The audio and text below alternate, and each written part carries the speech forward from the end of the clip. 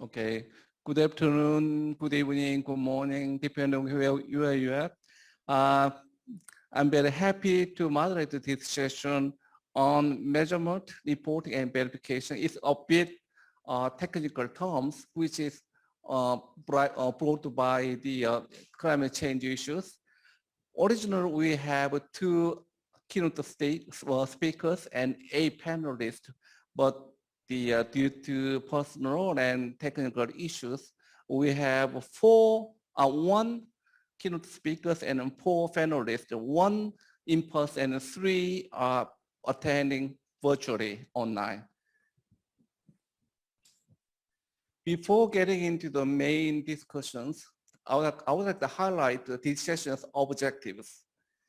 As we are well aware through this conference, synergies between climate action and SDG implementation is very critically important to bring about the climate action and the accelerating the implementation of SDGs. However, as we are all aware, we are not on track to make a progress on both agendas.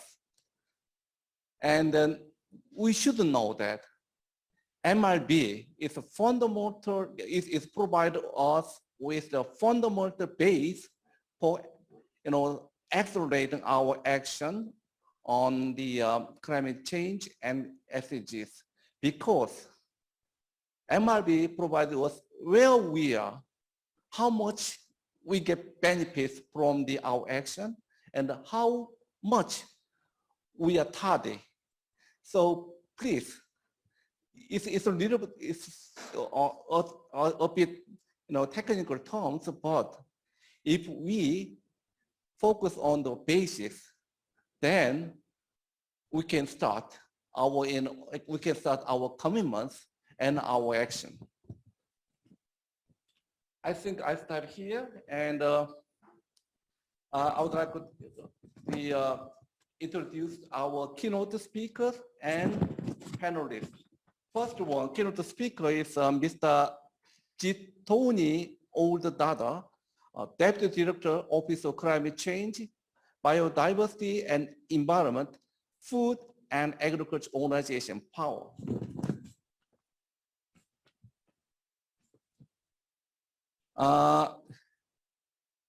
He will present his views on the topic of enhancing climate resilience, perspectives for scalable climate action in the land use sectors. Please welcome him with a big round of applause. Mr. Oldadada, you have the floor. Thank you very much for inviting me to take part in this event. Thank you very much to the government of Japan for hosting this conference. It's my pleasure to take part in the third conference. I participated in the first and the second, and thank you for convening this one at this time where we're facing so many overlapping challenges. So my greetings to everyone who's joining in person and virtually. Let me just say a couple of few points to share with you with regard to the importance of addressing synergies and trade-offs, and the particular focus on the importance of measurement, reporting and verification. So today we're facing many overlapping crises, unfortunately, to do with climate change and the biodiversity loss crisis, the ongoing impact of COVID-19, and also the war in Ukraine. And all these are affecting food security all around the world. And as you said, Mr. Moderator, unfortunately, the world is moving further away from meeting the objectives we set out. We're moving further away from ending hunger, food insecurity and malnutrition. So we're moving away from achieving the Paris Agreement and the SDGs, as you said, because unfortunately there are as many as 828 million people around the world who are currently undernourished. and COVID-19 has pushed an additional 150 million into hunger. And the latest IPCC report on impact, adaptation, and vulnerabilities, it underlines the fact that climate change will increasingly undermine food security. And we've seen around the world how extreme weather events are becoming more frequent and severe, with the agri-food systems being the most affected. So for all these challenges, obviously we need to transform our agri-food systems to make them more efficient, more inclusive, more sustainable, and more resilient. And this has now become more urgent than ever before. So we need to be able to measure our progress on a regular basis. We need to be able to check the synergies and the trade-offs between the different objectives and think in a systematic way. We need to be able also to collect more data to improve our metrics that allow us to measure and report and verify on our actions. And I think also this implies that the MRV process should also help us to collaborate more, to see the challenges that we're facing. It's not only about data and measuring, and it's about also what are we going to do about these global challenges that we're facing. And it does really provide more opportunities for collaboration and also for more innovation. We need to innovate in our policies, in our investments. So we need to rethink the current model that we have and think about a model that can lead us towards sustainability. So we really need to change the business model, at least in the case of food security, for instance, so we find a balance between production and environmental and biodiversity protection. And we also need to change our mindset, really. Measuring progress is about seeing where we are and what do we need to change. And for example, we throw so much food away. The third of the food that is produced for human consumption, we throw it away. And with that goes the energy, the water, the nutrients, the effort, everything that goes into producing it. And the other point I would make here is with regard to the need to harness the power of science and innovation, the importance of digital technology in helping us to develop innovative solutions and at the same time to be able to measure how are we doing in addressing the synergies and trade-offs. We need to look at the efficiency of the use of natural resources, particularly water, nutrients, fertilizers, and energy use. And zooming in into the Paris Agreement in particular and the raising of ambition that we need to address climate change, we need to improve the NDCs to make them more specific, in this case about food and agriculture, and their importance in contributing to rural development and to achieving better production, better nutrition, better environment, and better life for everyone, leaving no one behind. So there was a question there just very specifically about how can climate smart agriculture and food systems be applied in developing countries. Well, we have been running this program for many years now, climate smart agriculture in developing countries. And just one key point here is that we need to get farmers on board on this. We need to be engaging with them directly, providing training and promoting collaboration between farmers, between countries, including through South-South and triangular cooperation. So just to finish, just want to share with you that in FAO, we have completed 2 new strategies, one on science and innovation and one on climate change. And they're really timely in helping us to deal with the current challenges and to deliver innovative solutions, as I mentioned. And going forward to COP27 and COP28, it's really an opportunity for us to demonstrate the synergies in our action, such as addressing the nexus between energy, food, and water security, and to continue to measure our progress and improve our action more than before. So thank you again for this opportunity, and I hand over to you, Mr. Chair. Thank you. Okay, thank you, Mr. Old Dada. It is wonderful and comprehensive as an introduction, as setting the stage for the panel discussions. I would like to remind you that we have wonderful technical briefs, including among them is the addressing the climate SDG synergies and trade-offs for water, energy, food nexus solutions, which highlights the importance of the nexus approach in terms of interlinkages of water, energy, food sectors with climate change mitigation and adaptations, as well as other SDGs, including peace and health. Thank you again, Mr. Old Dada. Before we begin the panel discussion, I would like to introduce our panelists to you. Please. Okay, we have 4 panels, one in person, Dr.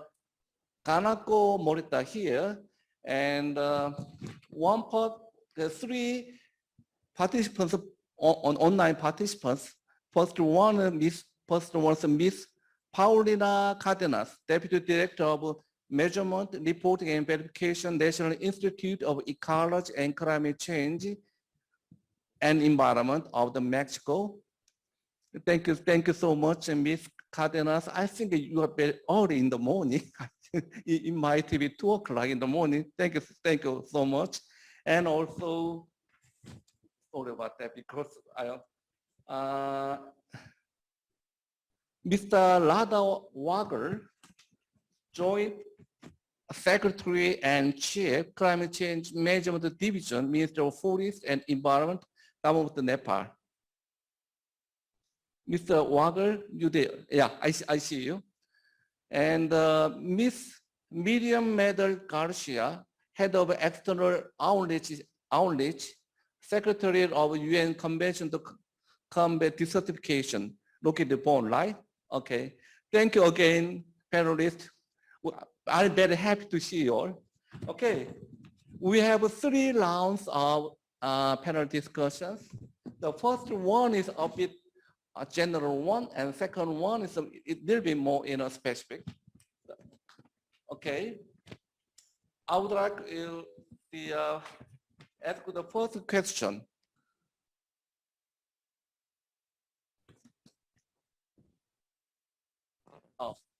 Before we start, we have a video message. I'm sorry about that. So, Mr. Hector Arce Benavides, Director National RADD Plus Strategy, National Forest Finance Fund, Costa Rica. Technical staff, are you ready to? Okay, thank you. Just watch the video message.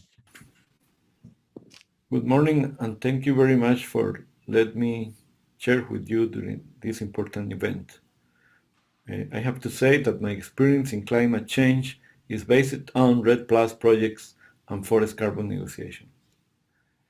All we know that in addition to being carbon sinks, forests provide other benefits linked to the SDGs, such as tackling of poverty and increasing the provision of environmental services like biodiversity and water. REDD+ pilot developed by the FCPF, GCF, and other initiatives are setting the trend for the future negotiations based on Article 6 of the Paris Agreement. However, to be addressed, forest countries must deliver real emission reductions, including third-party audits. And buying countries and the private sector must understand that if they want real forest emission reductions without dispute, with traceability of entitlement, and in compliance with social and environmental safeguards, they must review the enable conditions and the price per ton reduced. At present, in our experience, meeting the requirements, especially those related to ownership of the emission reductions, can be more expensive than the mechanisms are paying for. So thank you very much for letting me share with my consideration with you. Okay, thank you, Mr. Benavides. Sorry about the introduction of my panelists.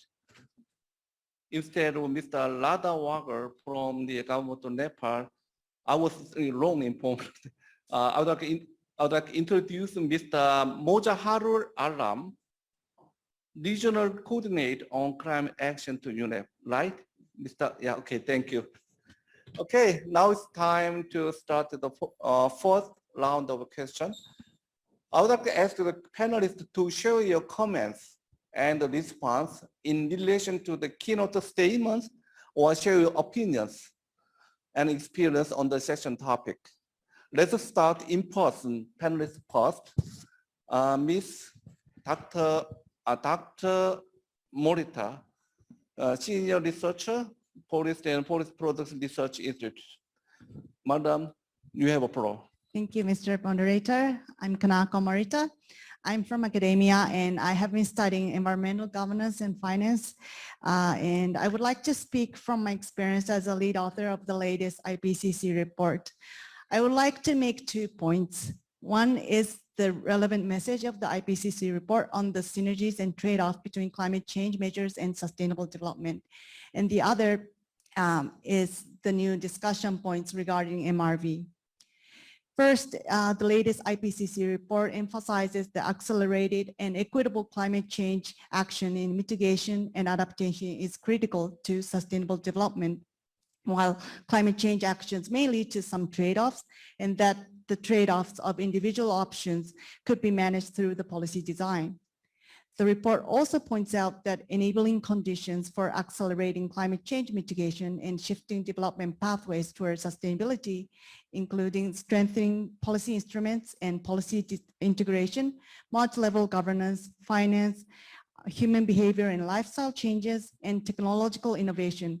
And that in order to achieve climate goals and sustainable development, the report points to the need for the transformation of societal systems. Looking at the sectors, IPCC shows that the agriculture, forestry, and other land use sectors and urban sector offer potential synergies for climate mitigation, adaptation, and SDGs, and the need to address trade-offs among them. And as Mr. Oldada mentioned about the land sector, but land-based climate mitigation options have the potential for multiple synergies with the SDGs. And trade-offs may arise in terms of employment, water use, land use competition, and biodiversity, and access to and the affordability of energy, food, and water. As for urban areas, cities are important places where co-benefits can potentially be obtained by simultaneously implementing actions for climate mitigation and adaptation. Second, regarding the MRV, with respect to climate change, the word MRV is mainly used for greenhouse gas, like greenhouse gas inventory under the UNFCCC. But there's also a need to discuss how to track and report the climate change and sustainable development related actions and finance more broadly.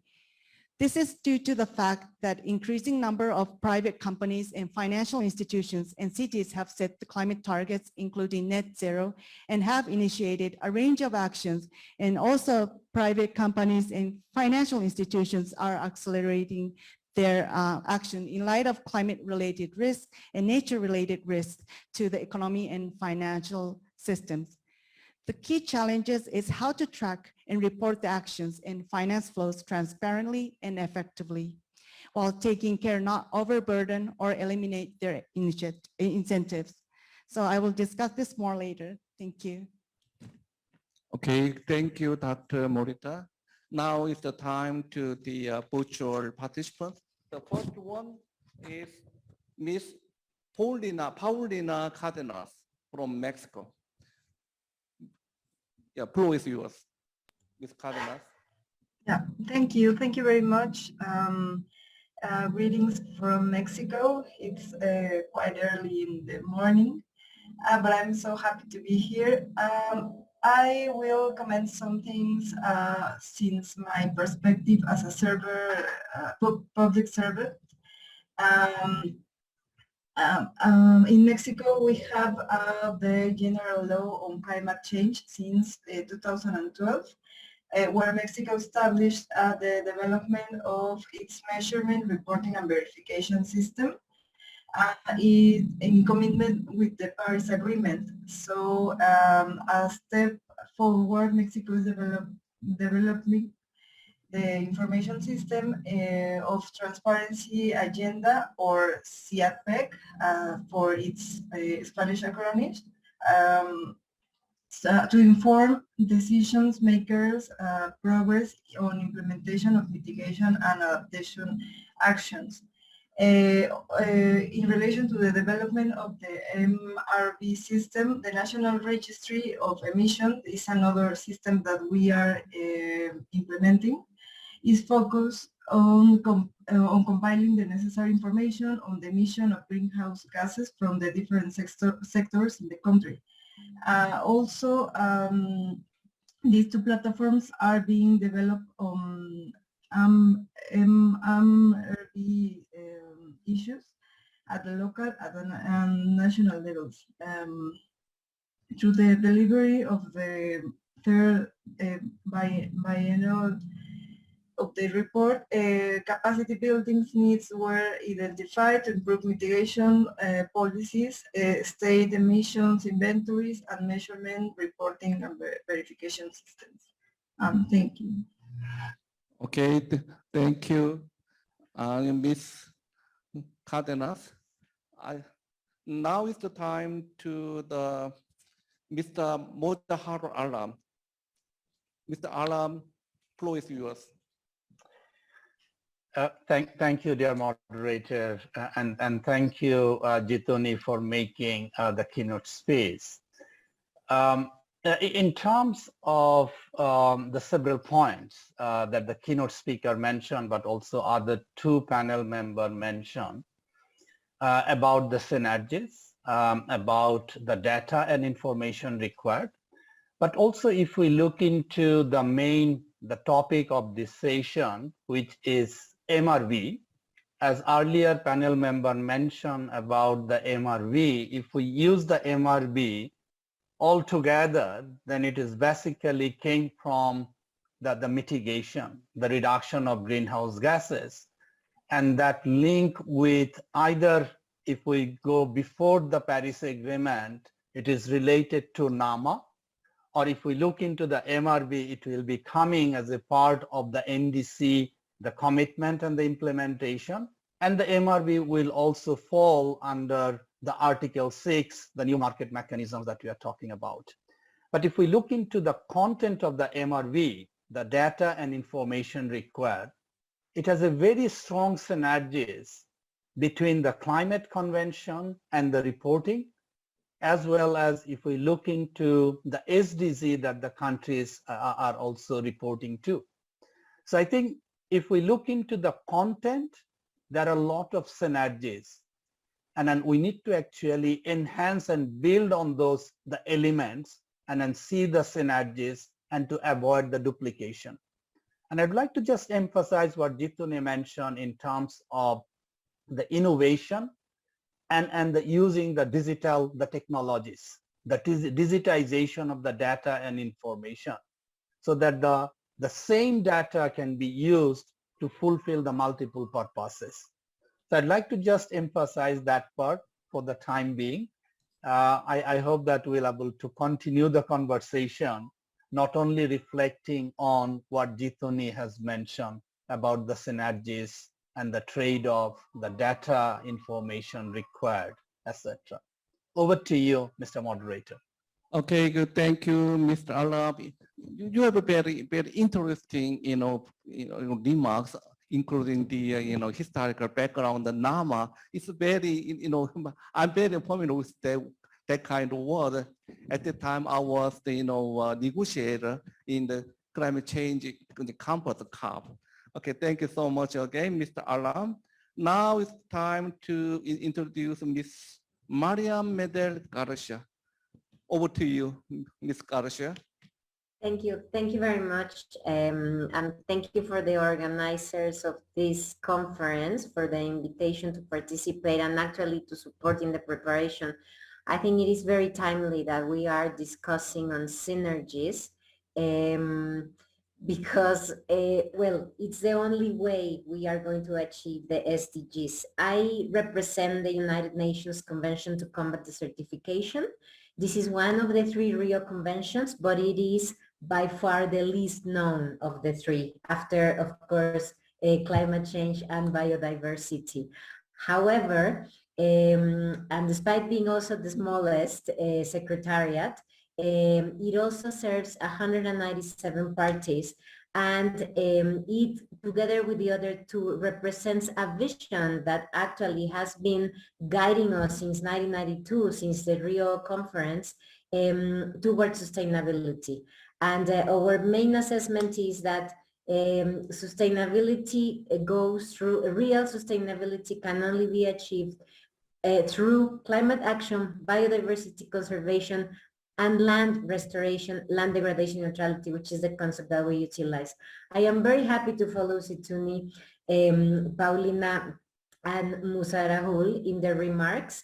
The first one, because he made some emphasis on land and on land restoration, and that is what we work with.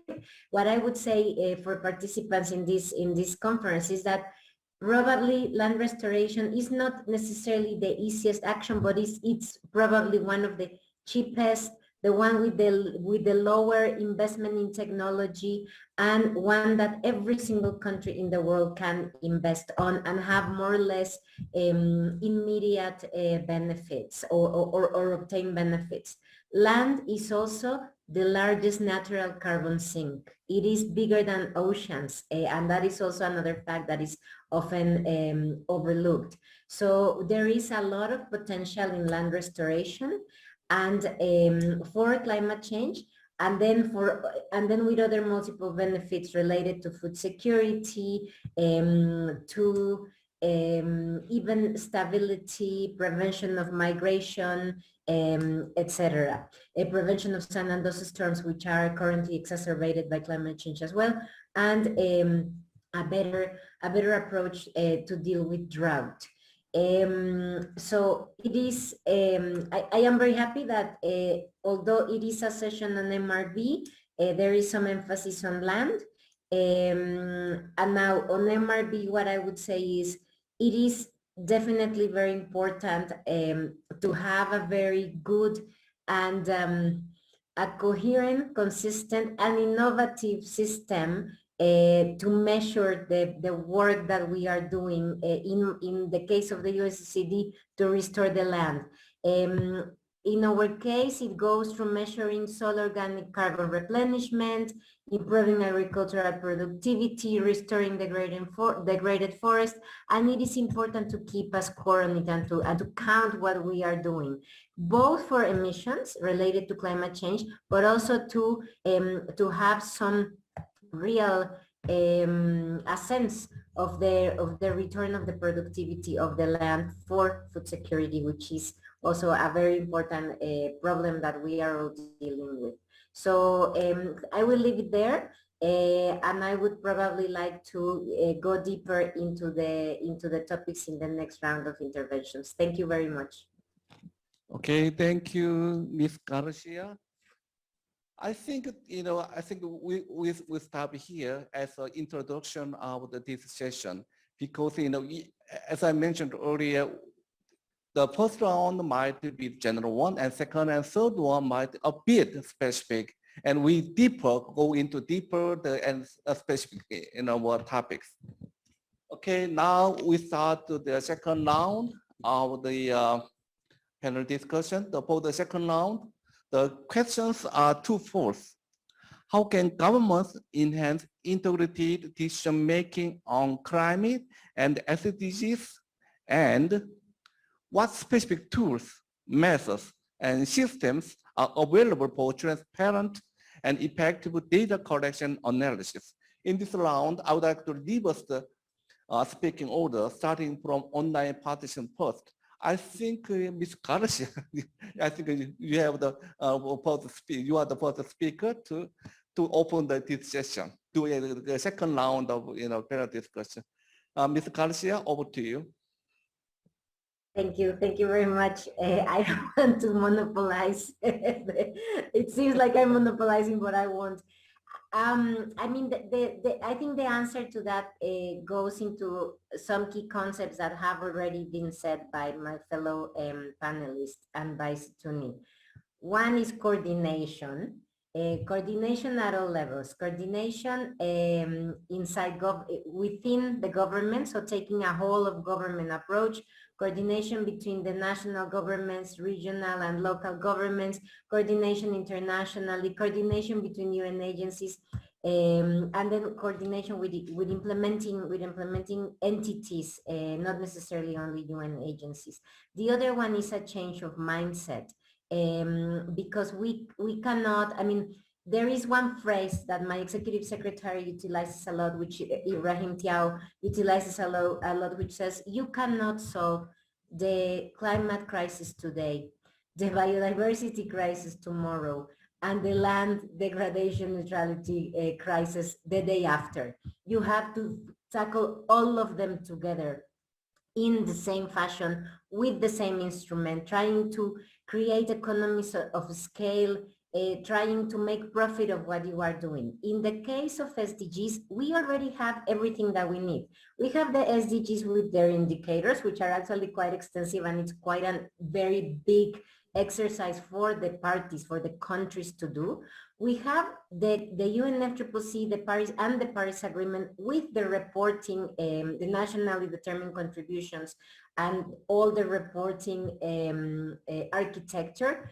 We have currently, in the context of biodiversity, countries are negotiating the post-2020 biodiversity framework, but they already have other targets that have been set up. And in our case, we have land degradation neutrality targets. So the point here is to check, what I would say is for a country is to check if the NDC is actually coherent and compatible with the other targets. And often, unfortunately, and maybe Paulina can testify to that from a government perspective, often that is not the case. So that would be the first step, to have better coordination, better communication, and make sure that these targets and these goals are coinciding. And that will also mean something important for when we are requesting funds, especially for developing countries, have a more coherent approach to resource mobilization for SDG implementation. With regards to your second question, I will be very, very brief. Specific tools, methods, and system. In our case, because we are talking about land, we have recently developed a reporting system, the PRAISE-4, whose main feature right now is that it incorporates geospatial data for the first time. So this for us is very precious because it will allow for more informed decision making and will allow for actually some visual and some very concrete idea on the impact of the activities that the countries are undertaking. So I will leave it there. Thank you very much. Okay, thank you. Thank you, Ms. Garcia. It's very informative, the remarks on the LULUCF. You just mentioned the land use LULUCF. Okay, now is the time to Mr. Alam to make a remarks on the second question. Mr. Alam, over to you. Thank you, Mr. Moderator. Let me just echo what Miriam mentioned about the coordination. So I'd like to go beyond that coordination because what moderator you are asking is how can government enhance integrated decision making on climate change and SDGs? Now, in addition to that coordination, the integrated decision making required the information and data, both related to the climate and SDGs. And if we look into the whole issue of data and information, And when we looked into particularly the Asia Pacific, the SDG progress report, and in the SDG, we have also the SDG 13, which is climate change. So it is not that entirely the climate change is sitting outside the SDGs. It is also sitting within the SDGs. So we have noticed that due to lack of data and information, we're unable to show the progress. The reason I'm mentioning it in terms of the decision making and making it in an integrated fashion, we need to improve the data and information system. So that is the first thing that I'd like to highlight. In addition to that, what I'd like to also mention, the responses at the 3 level where the integrated decision making can happen and support both climate change and the SDGs. The first level is when the government is developing their policies, strategies, and the development plan. It needs to recognize the interlinkages of the climate change and the other SDGs because they are closely interlinked. So we cannot see them in isolation. So that recognition and also taking into account the overlapping aspect while developing policies and the strategies, particularly when the government is working on the sectoral development plan, but also creating provision for participation of other agencies to address the overlapping aspect of the cross-cutting issues. So this is what I see at the policy strategy and the development plan level. The second level where they can also enhance the integrated decision making is when they're designing and implementing the specific action related to climate, related to SDGs, related to development, because they're all interlinked. And that is where they can also enhance the decision making during the design and implementation to see the overlap and the trade-off what the Jituni has mentioned. Because that integration and the trade-off, they needs to come together.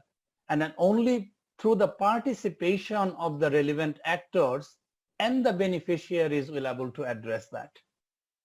The third level that I would like to mention, which is the topic of the day, is monitoring and the reporting, and reduce the fragmentation of the reporting and the data and the information that required for all kind of the reporting that the government needs to do, but also enhance what I mentioned, the data and the information, but creating the repository system and make the information available for all. If information is not available, then the integrated decision making would be very difficult. Now your second question was the tools and the system available. Let me just mention maybe the three tools. One is related to the environmental indicator within the SDGs, within the 17 SDGs.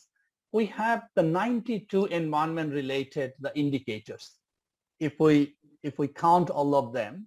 And out of that, the 25 indicators is basically UNEP is responsible within the UN system to report. So for that one, what UNEP is producing is the environment, the SDG, the measuring progress. And then we are using the state of environment report as one of the bases, because the countries are producing the state of environment, and we are using that information to show how those environmental dimension of the SDGs are actually progressing or regressing. So that is the one in terms of within the UN system. The second tools available is called the SDG monitoring and the reporting toolkit for the UN country team. That is at the national level, where the UN system as a whole working with the government and bringing the synergies in terms of reporting. So that tools is also available. The third one that I'd like to mention is related to today's topic, the MRV, which is related to the greenhouse gases. I'll also adding up the issues of the finance, adding the technologies, how much the technology is transferring from the developed to developing countries, the finance, etc. But if we look into that, the tools, is the IPCC is basically the primary body providing the different tools to measure the greenhouse gases emission. but that link very much with the SDG 7, which is the renewable energy and the energy efficiency. So I see those are the three tools available in addition to many others. But in terms of the within the UN system, at the national level, but also the IPCC, who is providing us with all the guidelines and the tools to do the MRV. Thank you. Over to you. Okay, thank you, Mr. Alam. It's a very comprehensive and informative, remarks, including the UN regional coordinators, UN country team, and also UN regional coordinators team. It's very good in information to the our partner, developing partner countries. Okay, now it's the time to Ms. Cardenas. Before I just give you a microphone, I would like to highlight that the MRB is something like the time-consuming and very technical task to starting with the data collection, and also you need to cross-checking using the bottom-up approach and also top-down approach, because the data assurance and the quality assurance is very, very difficult job. I think you're working for the Mexican government of the National Institute of Ecology, Climate Change, Environment. I think you have a very lot of expertise on this task. Please elaborate on this task a little bit more. Thank you. And my floor is yours, Ms. Cardenas.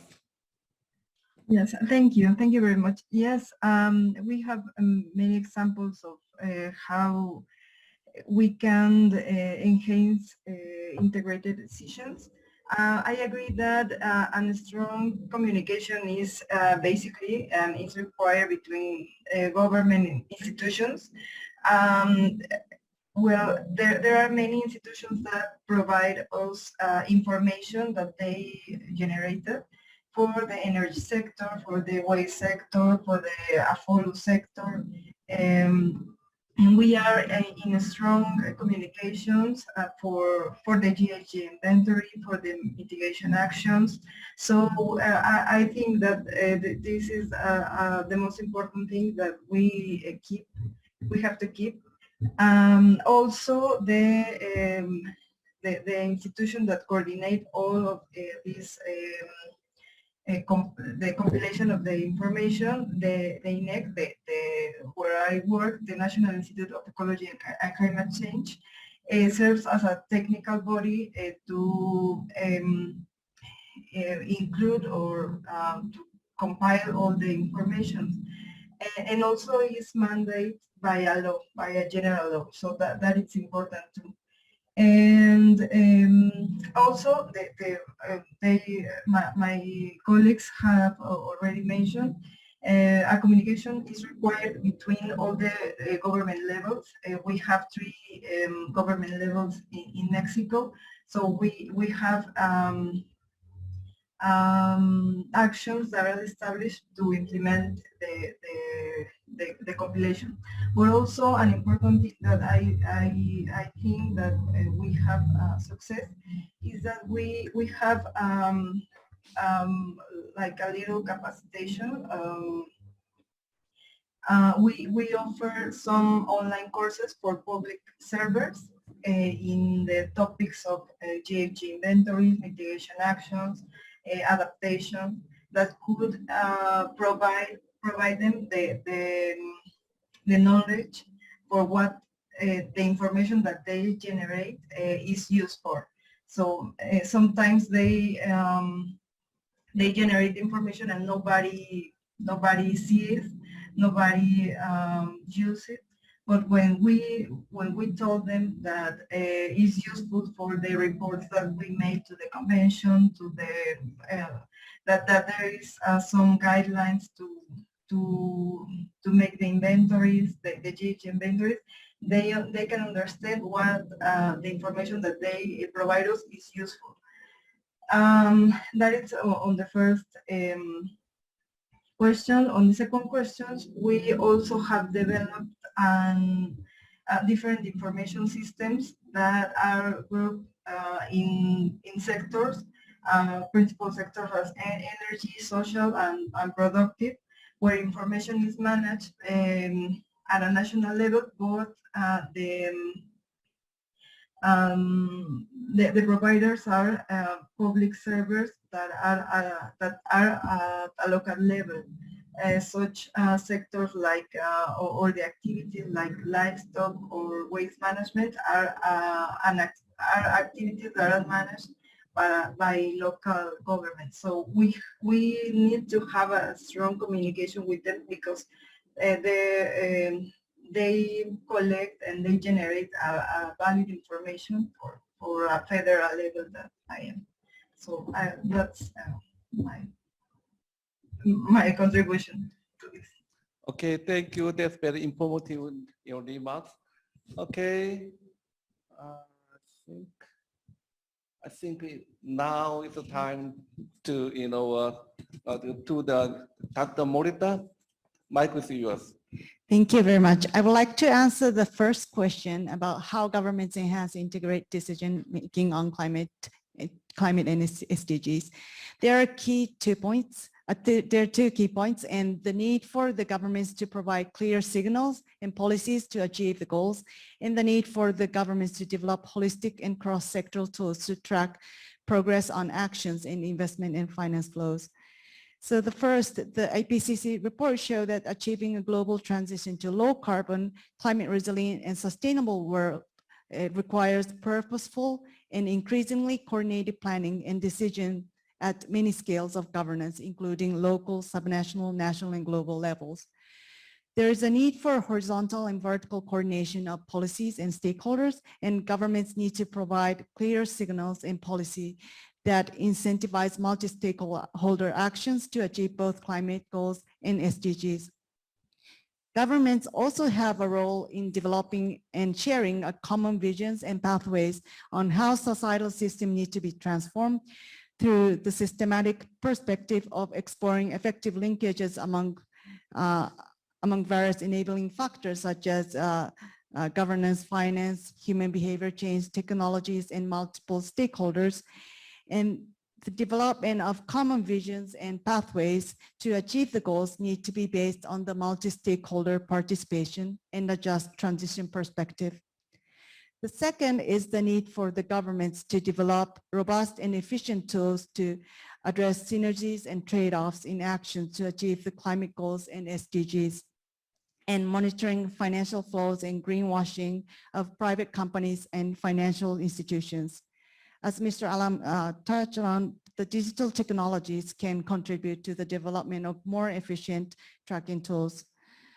As I mentioned earlier, increasing number of private companies, financial institutions are setting the climate targets and initiated various actions and initiatives such as the Task Force on Climate-Related Financial Disclosures, Glasgow Financial Alliance for Net Zero, and various private sector emissions accounting and tracking tools have been developed and now extending to the biodiversity sector, where indicators and tracking have become more complex.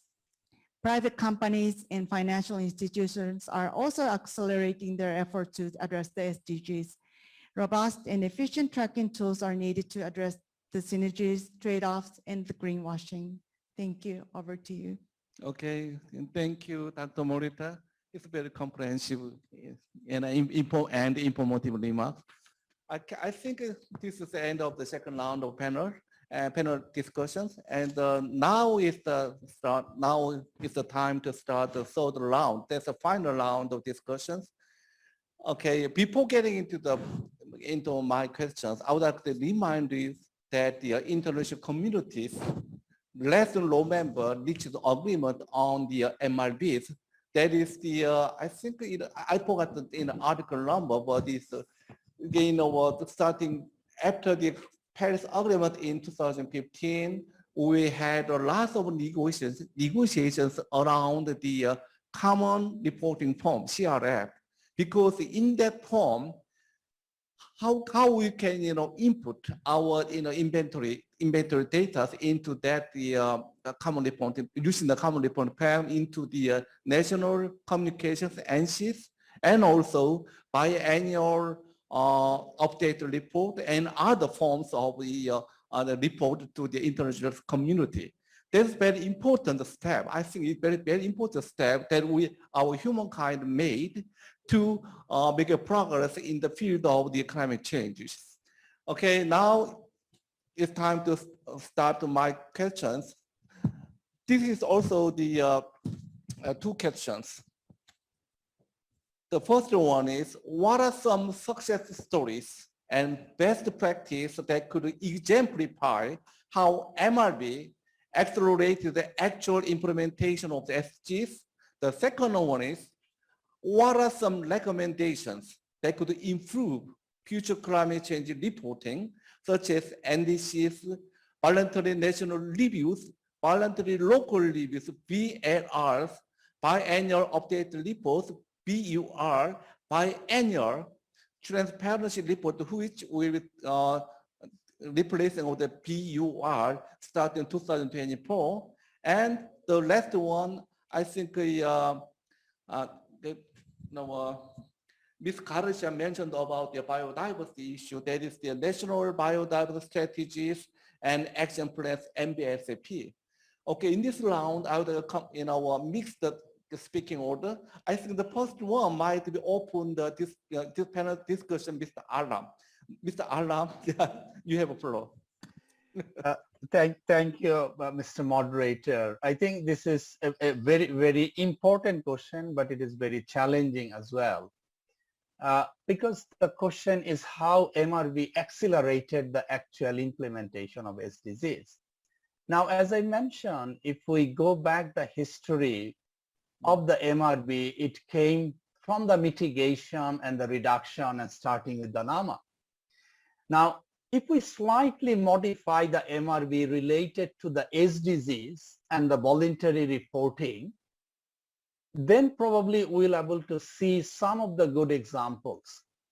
And then one of the things that came in my mind where the government of Bangladesh, they have set up the SDG, the cell, which is responsible for reporting the SDGs.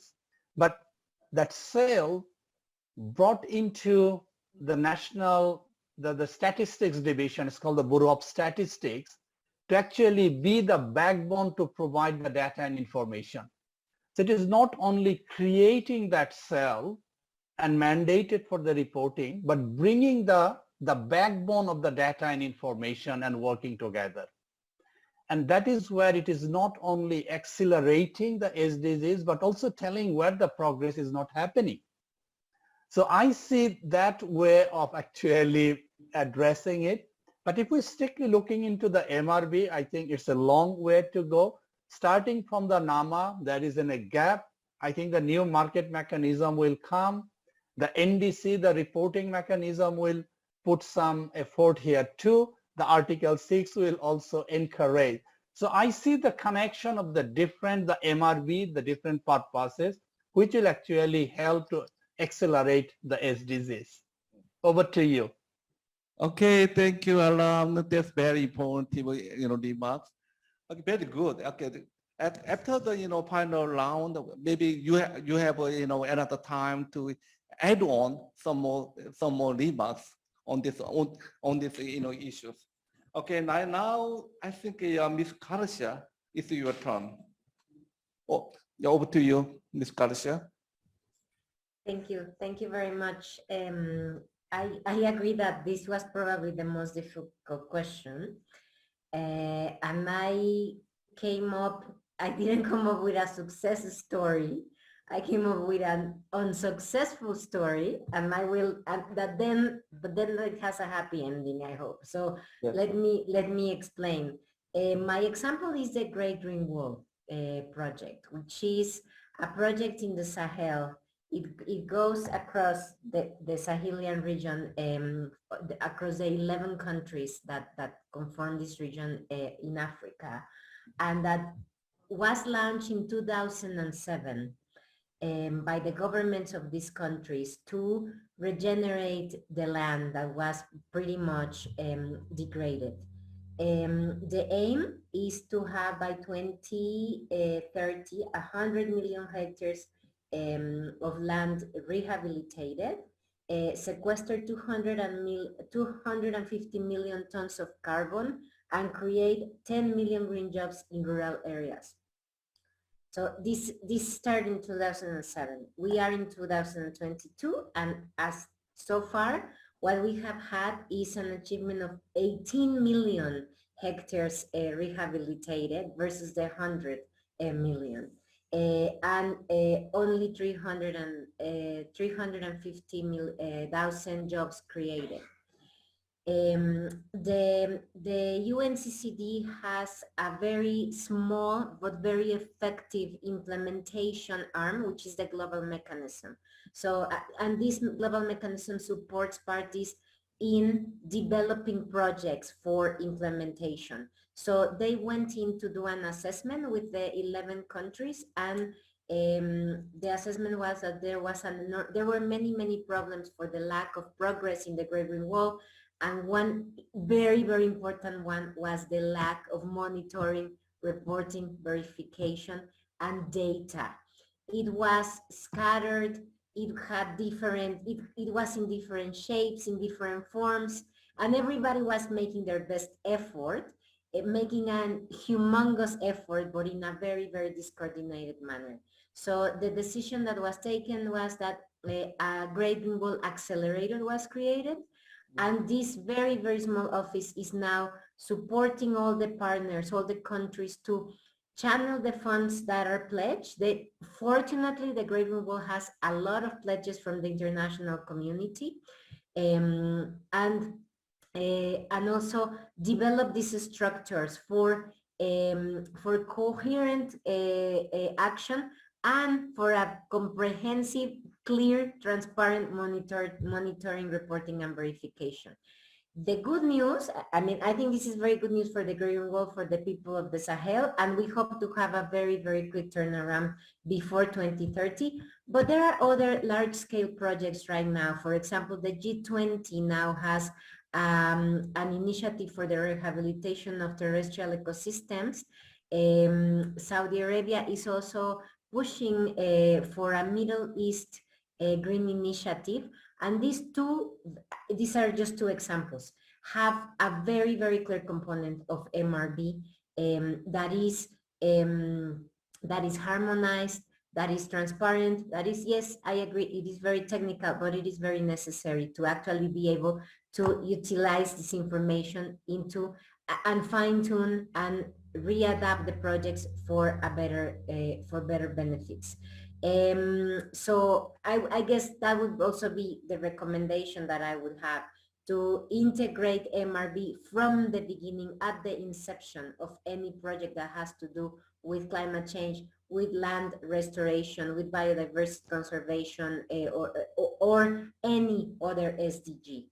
The final two recommendations I would have is to get out of the silos, which is something that, yes, everybody says it, everybody recognizes it, but we really actually now have to move beyond them and transition to a whole of government approach. At the time where sectoral development was very useful for all of us in the past century. This century is a century of a holistic approach, of coordination, whole of government, whole of society, full sectoral approaches, as the Article 6 negotiations in the climate change context have shown us. And then the final one, which is something that Paulina mentioned, is capacity building for developing country parties, because to be able to do real MRB, you need capacity, you need to build the capacity, you need to empower the countries, and in some cases, this is not a given. We, in the UNCCD, we have a program for target setting. I know there are entities like the NDC Partnership. I also know UNEP has some important initiatives to support parties in this capacity development. And I think it's also important to invest there to be able to have a better turnaround and be more effective in our collective action towards sustainable development for all. Thank you very much. Okay. Thank you, Ms. Garcia. That was very, that's the worst case, but it is very informative cases that we should learn. And also the sectoral approaches. You just mentioned that there are sectoral approaches that was common in the past, but now we just look for the integrated approaches. But that was the good lesson also. Thank you so much, Ms. Garcia. Now, Ms. Cardenas, so sorry about that. You are still very, very healthy because it's very early in the morning. I think it's around 3 o'clock in the morning. So you look good. Okay. Ms. Cardenas, the floor is yours, Ms. Cardenas. Thank you very much. Yes, about the first question, yes, it is difficult to answer. We are still in process of linking the SDGs with the MRP systems. We have some programs that we could link in the better way possible those two issues. We have already endorsed our commitment to implementation of the 2030 agenda. We have a report where we established that is called the third voluntary national report that is where we establish the commitment with the SDGs. Also, it has a joint action plan that is present there to achieve healthy, free, and safe people committed with the community, nature, and environment, and that for the people working in equality. So that's the main goals of those reports. We are still in progress. There are like 2,000 indicators that we are trying to measure, but well, it's still in progress. Also, we have another program that is called a Special Climate Change Program, where we made an effort to identify and enhance synergies between the implementation of actions in terms of mitigation and adaptation to the climate change with the 17 SDGs. And also in our third biennial report, update report, we try to align the mitigation action with the mitigation action with 13 SDGs. So we made an exercise that we saw the mitigation actions in different sectors, and we identify with what of the SDGs could be aligned. So we reported that on our third report that we already upload. And about the second questions, a strong recommendation is that the creation and the capacity building and the permanence of the experts that are in charge of making the report is the most important thing. In Mexico, public servants are in charge of create and develop those reports, so that we or they know how to make these reports. It's very important. So it's my recommendation, and it's I think that is the thing that we have maintained for many years, that we could it provides us a success in the reporting. So that would be all. Okay, thank you, Ms. Cardenas. I fully agree with you. Capacity building is the key point to establish the national inventory system, especially to the developing our developing partners. I think I fully agree with you, and our office also try to help other countries to establish the MRB national inventory system using the MRB. I think that's very technical, but very, very important. Okay, I think this the last panelist, Dr. Morita, floor is yours. Thank you very much. I will respond to the second question. I would like to make recommendation on two aspects on the second question on the reporting. The first is on the relation between the national and local reporting, and the second is on the climate change and biodiversity reporting.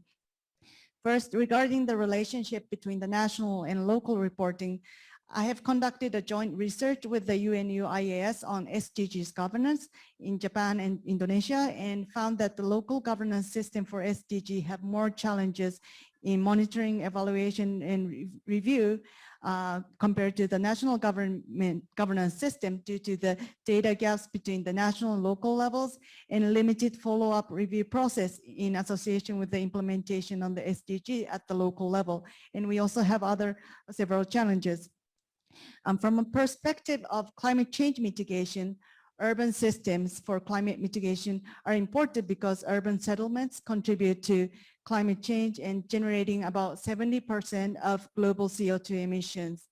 And achieving low carbon cities requires consideration of the fact that the cities are systems where multiple mitigation options, and especially when they're integrated, they have a cascading effects across transport, energy, buildings, land use, and behavior, and as well as an understanding of other factors such as an effective links between the sectors and links between the finance and technology. So given that the local government have limited resources and capacity to look at the urban outcomes, data availability and reporting will be very important, but I feel that a more comprehensive reporting system that integrates SDGs, climate mitigation, adaptation, biodiversity conservation, reporting at local levels need to be considered. Second, climate change and biodiversity loss are two sides of the same coin and need to be addressed together, but there's still institutional gaps in the discussion on the two issues. The G7 has mentioned the importance of implementing nature-based solutions that address various societal challenges, including climate change, and bring about both biodiversity and human well-being benefits, and also the One Health, which is a cross-disciplinary approach to improving human health at the interface of human, animal, and environment. And these two concepts are related to both climate change and biodiversity issues. But while the measures and their investment and finance are gradually being made on these two topics, these topics are not fully covered by the UNFCCC and the CBD on their reports. So it will be necessary to develop and implement some kind of platform to examine cross-cutting and cross-institutional issues. Thank you very much. Okay, thank you, Dr. Mortebelli, for comprehensive recommendations and comments. I think we have 4 minutes, 40 seconds left. I think we'll make use of this time. As a last comment, I would like to ask you your last comment, starting Mr. Alam. You have 1 minute, just very quickly, to make your last comments. Thank you, moderator.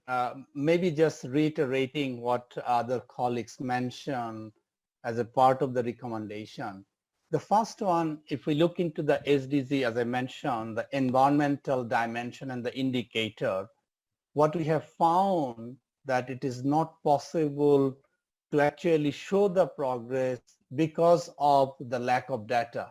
And this is about 70% of the indicator we cannot show the progress because of the data. So I'd like to just emphasize that in order to achieve the environmental dimension of the sustainable development, there is a need to scale up environmental action and also improve the environmental monitoring and analyzing system. That will help both the SDG and climate change. And I would like to also just reiterate the issue of the silos, and that need to be actually overcome, and avoid the duplication of the reporting. If we cannot merge the different types of the reporting that we are doing, but at least avoiding the duplication of the reporting. Thank you. Okay, Over okay. to you, Thank Mr. you, Mr. Moderator. Alam. Now, you know what, Ms. Cardenas, no. Ms. Cardenas, it's your turn. Thank you. Yes, I agree with Mr. Alam. I think that the lack of information is the major difficulty that we can face. Also, I think that capacity building of local governments or also in developing countries is an important tool to make. I don't know. I think that we have to make some exercises to align all the SDGs to mitigation actions, to emissions, so we can construct the information that we are lack of. So there are many things to do for now. Okay, thank you, Ms. Cardenas. Now, Ms. Cardenas, it's your turn. Thank you very much. I really like the phrase by Ms. Morita that climate change and biodiversity are two sides of the same coin.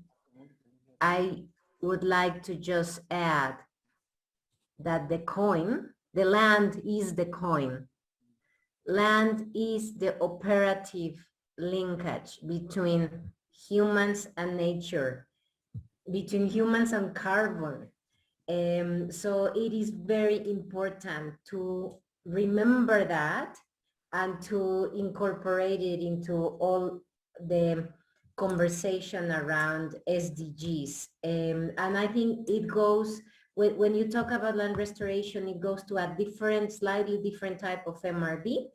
As I said earlier, because it has to do not only with the emissions, but with the conditions of the soil, with the agricultural development, with the returning of the agricultural conditions, etc. The final remark that I would like to make is, well, I just would like to say two things. One, on the importance of the data and the integrated approaches, I think we need to go one step further and make the data available for everybody, for people around the world, in a way that is not jargony, that is understandable. I think that is very, very important. It is a right, and actually that will allow societies to keep pushing governments to enhance action. So, so the information has to be made more transparent and more accessible. And then the final point is, I wish, and this goes a little bit beyond the scope of the session, but I really wish that in the next conference, we are not going to be talking about synergies between these two agendas. We're going to be talking about a single agenda, which is the Sustainable Development Agenda that encompasses all of it. And I mean, I may even say further and say it's even now it's even a human rights issue. So we are all in this together, and I really hope that we can continue with these types of conversations, and well, from the UN side, supporting countries in an integrated, coherent, coordinated manner to make a better use of resources and reap the most benefits for everybody. Thank you very much. Thank you, Ms. Garcia. Dr. Morita, you have 30 seconds. Yes, thank you very much. I know that we are running out of time, so I will talk very briefly. I would like to thank for this opportunity, and I learned a lot from other speakers about from the different sectors, stakeholders, and the countries, and they have a different challenges on the regarding MRV. And I always talk with academia, but I found that it is very important to talk more with the practitioners, and I want to keep continuing discussion in the future. Okay. Thank you. Okay, thank you, Dr. Morita. Okay, thank you again to the panelists and the speakers. And also I would like to express my sincere appreciation to the organizing committee, organizing members, including UN-DESA, UNFCCC, and UNU also, and also special thanks go to the Minister of Environment of Japan for hosting this very meaningful and important event. And also, I would like to emphasize that we can reach an agreement because even though we had shortened the dialogue about the MRBs, I think we can make agreement that capacity building is very, very important, and also we need to seek for the synergies between climate change and the SDGs. I think that's a good conclusion that we should elaborate more, and we should further expediting these objectives. I once again I thank you so much for to the panelists and the participants here. Thank you so much. I think I now declare the close of this session. Thank you so much. Thank you so much. Thank you very much.